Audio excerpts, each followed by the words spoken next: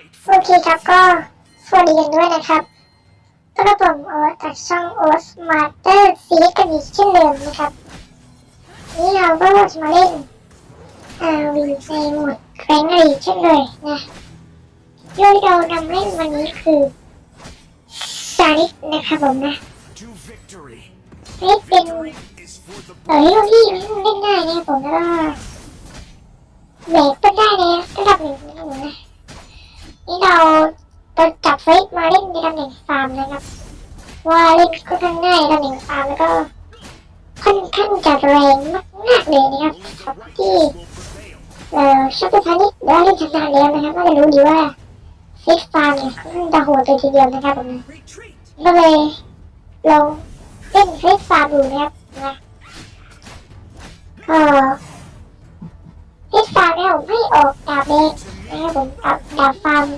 อันใหญ่ครับผมอะเล็กครับผมมันจะแบบมีความเสียหายรุนแรงเลยนะผมนะค่อนข้างแรงนะครับพูดกันดีกว่านะครับโอเคถ้าดาบอันนี้แล้วให้เราลุยดีกว่าเราเจอเห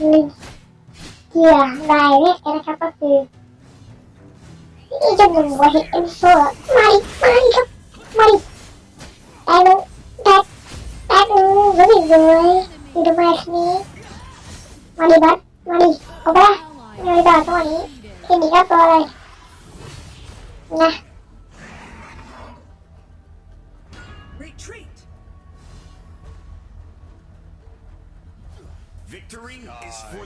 นี่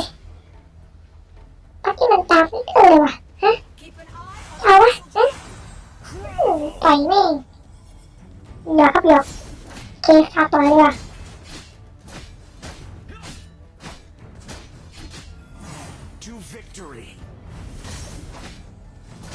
ช่วงนี้ก็ขอฟาร์มก่อนนะครับ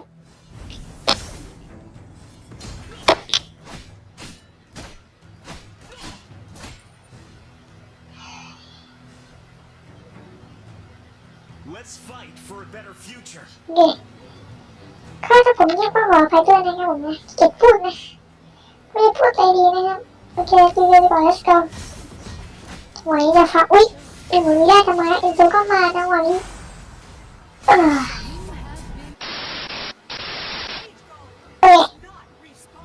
มาต่อดีกว่าเมื่อกี้ด้วยความฉลาดหรือโง่ที่กระสุนเข้าไปในลงตีนแต่ผมจะล้างแค้นนะครับจังหวะนี้จะทำไมฉันไม่ดีนะจังหวะนี้ทุกคนนี้คืออะไรไปโอ้โหแตกสองสวยพี่สวยคนเราก็ต้องมีล้างแค้นใช่ไหม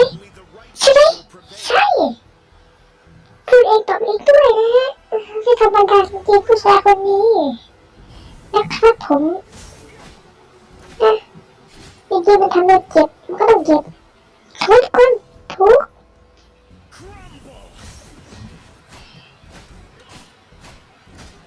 ย่อฟังก่อนนะไม่มีอะไรจะเจอหลังยิงนะครับบอกเลยว่าขวดทีขี้เผ็ดนะครับผม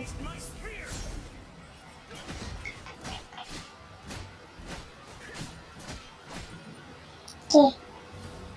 ต่อเลยดีกว่าโอ้ไม่ทำให้ฉันนะไม่ถอยเราย่ามามันโคตรจะมันไส้ไล่นะ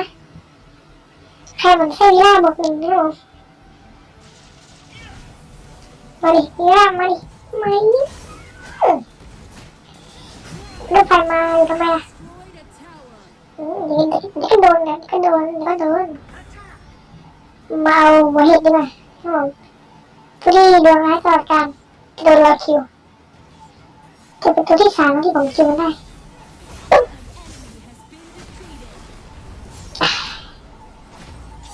ฉันมาทำอะไรที่นี่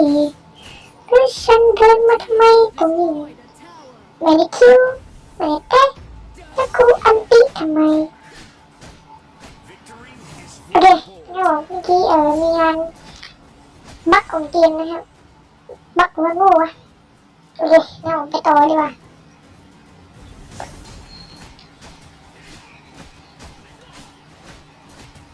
ไม่ได้ผมต่อเลยดิวางบั๊กแดงก่อนนะครับ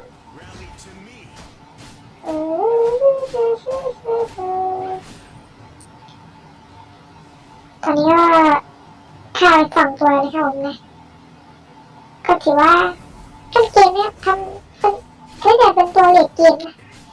ต้องเข้าใจก่อนว่าต้องแข่งฟาร์มแล้วก็แบบไม่ฟาร์มจนเกินไปแล้วก็ไม่ได้แบบไล่ฆ่าจนเกินไปนะครับผมนะต้องพอดีนะมันจังหวะนี้ผม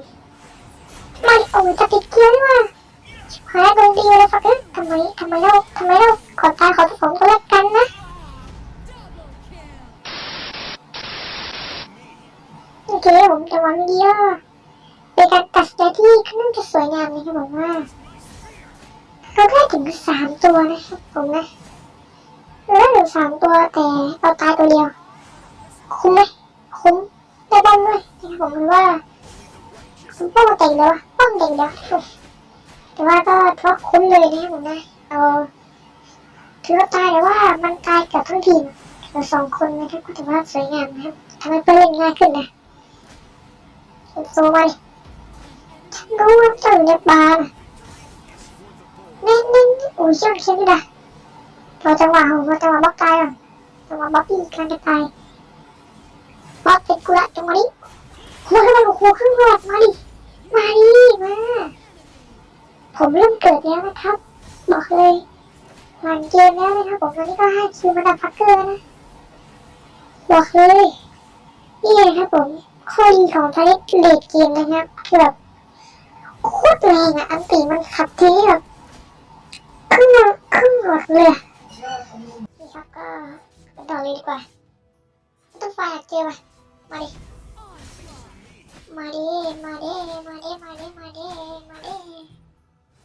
นะอยากเจอไม่ต้องไฟว่ะฮะมันออกไหมฮะไม่ไหวนะมาดิโอ้แต่ชัดแอสซิสนี่ฮะโอ้แล้วน้องห้าวจัดอ่ะแล้วตีห้าวจัดอ่ะเล่นไปนะในจุดนี้โอเคเราไปต่อดีกว่า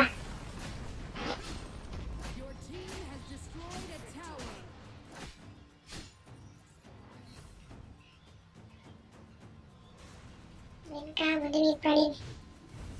และปลาเค็มอยู่มุก5 บาทก็เล่นเราจะรอจังหวะดีๆเข้าไปนะผมรอจังหวะดีๆเชี่ยสวยมากตัดตรงนี้ไม่เกี่ยวเดี๋ยวไก่ตรงนี้ทำบนตัวเนี้ยมาดิโอ้ยอะไรตัวเดียวเองอะใครวะแบบนี้ได้แค่2 ตัวไม่มีตีก็เฟี้ยวได้ไม่มีตีก็เฟี้ยวได้ขนาดไม่มีอันตีอะครับน้องคิดดูถ้าพี่มีอันตีนี่พี่ได้ไม่ยากคิวไปแล้วช็อตนี้โอ้โหไม่อยากจะโม้มากแต่พอนะโอเคนะผมก็ขอฟังขอแรกนะ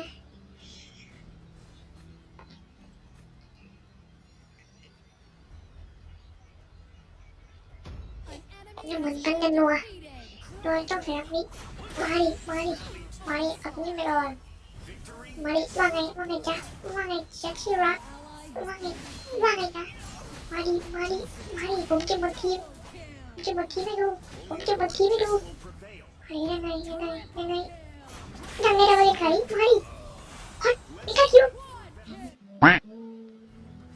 โอ้ครับเมื่อกี้ผมเก็บหมดเลยครับมาดิโอ้โหฮอตจริงๆคนนี้ฮอตจริงๆมาดิโอ้ชอบไปเกียร์เลยผมเก็บหมดทีมาถือว่าได้ไม่ค่ะคิวให้ฮอตคิวนะทำไมผมเลยได้13 คิวนะครับนี่เลยทำให้ถึง15 คิวมันไม่มีล่าอยากเข้าทีมาสักทีเมื่อกี้ก็เป็นความฉลาดกับผมไหมที่เข้าไปในป้อมแล้วไม่ไปไอ้สัตว์ฉลาดก็โง่ไหม ยเย้มาต่อยดีกว่าเร็วกูด้วยจะจบแบบไม่มีพระเอกไม่ได้นะตั้ง14 คิวละขออีกคิวกันตรงนี้หัวลงไปหัวทำไมแทงยังไงไม่สนเลยไม่สนไม่สนไม่สนตรงนี้ไม่สนไม่สนไม่สนไม่สนไม่สนไม่สนมาดิมาดิมาดิมาดิมาดิ